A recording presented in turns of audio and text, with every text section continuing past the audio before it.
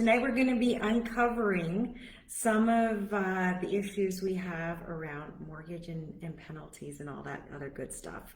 Or so reading the fine print. So let's step back and just talk a little bit about the fine print on a mortgage. I love it. I love this job. I love the internet. Thanks so much for joining us tonight.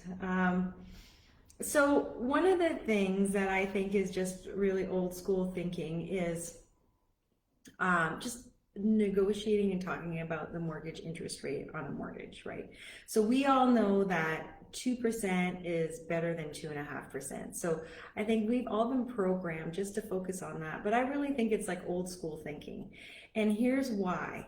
There are now so many features in a mortgage, and there's quite a bit of fine print. If you just focus on the interest rate, you may end up with a high penalty down the road. You may not be able to pay off the mortgage in a way that you want to. And so remember, the lowest rate doesn't necessarily mean you're going to be paying less money on the least amount of interest on the mortgage. So that's what I'd like to talk to you about tonight, and I'm so glad you joined us tonight. So the first thing that I wanted to mention to you is that some of the deeply discounted mortgages that you're currently seeing online, and I'm Google them, I'm searching them every day. If the rate is too low, too good to be true, like too low to be true, like if it looks like really absurd, like I'm seeing some interest rates like at 1.5%, like give me a break. It probably is. And that's where that old school thinking is, because it's easy just to look at like best discounted rates out there. But rarely do these websites actually mention anything about what the features on the mortgage are. And so one of the things that we help our clients do is be more strategic about their mortgage, and we look at that finer print. So interesting thing I read, and it's been out there for a while, is Canada Mortgage Housing Corporation, or CMHC, says that the majority of people break their mortgage before their 5-year fixed rate is over. So then you say, like, well, why are people getting 5-year fixed rate mortgages? That's a good question.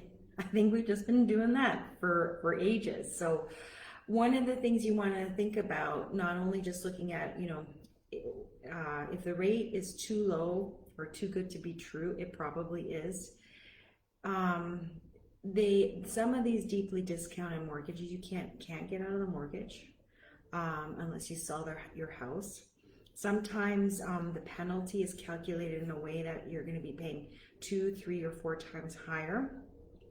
Sometimes you don't have the ability to port that mortgage or take it to your next house. So keep in mind that you want to look at some of these ideas before you sign on the dotted line, and not just look at the lowest rate, because the line of thinking is that you're going to get a super low rate, but the financial institution ends up making money down the road. So keep that in mind. Make sure your mortgage professional is looking at these things for you and talking about them with you. The next thing I wanted to talk about is how the penalty is calculated. So I'm not going to kind of get into the nitty-gritty of that, but I wanted to compare so as a mortgage broker, we do mortgages with banks like TD and Scotia. We also have access to credit unions and then a whole slew of wholesale banks. And in the industry jargon, it's called monoline lenders. So a lot of times, if you look at your mortgage statement, what you'll see is that you got a mortgage and you got a discount off of the posted rate. We all know no one's paying mortgages at posted rates, but if you look at your mortgage statement, you'll see, oh, I received a 2% discount off of the posted rate, or 1.5%.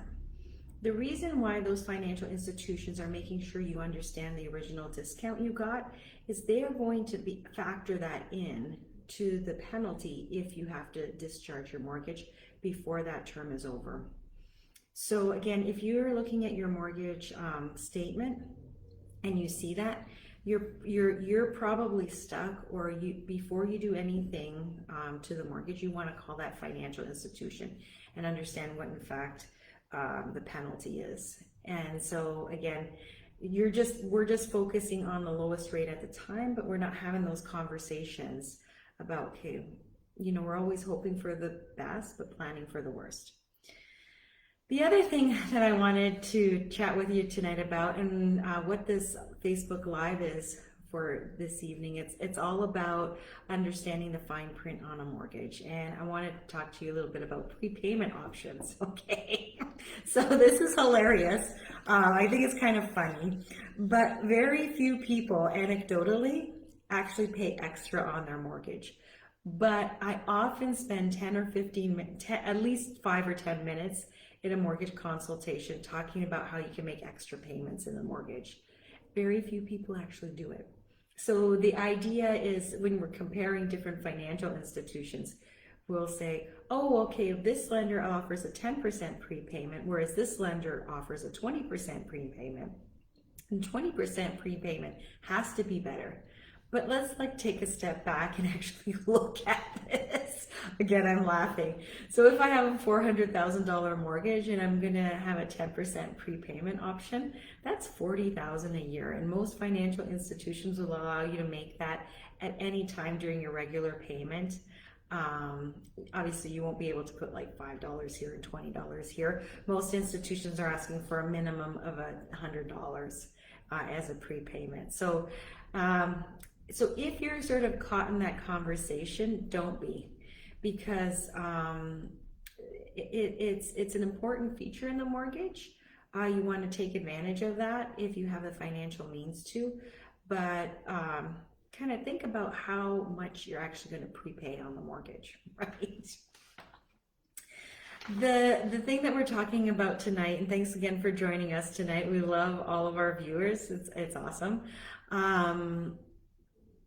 One of the things I wanted to chat with you about is variable rate mortgages and locking in. So this is another important part of the finer details or the fine print on a mortgage. I would say probably about 50% of our clients are doing variable rate mortgages now, and the other 50% are doing fixed rate. And I often get the question is, okay, well, what's the best option now? And I think it depends. So we kind of go through a conversation to help you understand what would be the best option for you. And I think one of the most misunderstood concepts of a variable versus a fixed rate mortgage is the locking in feature. So on a variable rate mortgage, you can lock in from a variable rate, a floating rate, into a fixed rate at any time, normally without a penalty. Okay. The question you want to be asking is, okay, well, what rate am I going to be locking in? So remember how I talked to you about this idea about posted versus discounted rates? Some financial institutions, you're going to be locking into the posted rate. So for example, today, if I was locking from my variable into a fixed rate mortgage, the posted rate could be close to 5%. So I'd be locking in at 5% versus the best discounted rate out there, which is close to 2%, right? So again, this is a very fine detail that you probably don't talk about with your mortgage professional. If they're not, make sure you call us, because we're talking about it. Or the idea behind this conversation tonight is actually to give you some information so that you could have that meaningful conversation with your bank or your mortgage professional. And then lastly, I wanted just to mention to you, again, tonight we're talking about some of the finer details of a mortgage and how mortgages are more than just about an interest rate and taking a more strategic approach. So old school thinking is just to focus on the interest rate, right? But a low rate doesn't necessarily mean you're going to pay less money in interest over the term, right? So taking a more strategic approach, making sure that your mortgage professional kind of reviews all the best possible options that are available, and then working in partnership with them to make a good decision. Because remember, you're going to be in this loan for a while. Usually people choose like 3 or 5 year terms, but you're going to have it maybe for 20 or 25 years. So it's a long process, and you want to make sure that you save money overall. So thanks so much for joining us tonight. You can check if you are interested in having a chat about mortgages or have any questions. You can connect with me at my website at skipthebank.ca. There's actually a really cool feature there where you can schedule a 15-minute telephone consultation, And if you're not following us on Instagram, you can at skipthebank.ca. Okay, have a nice night.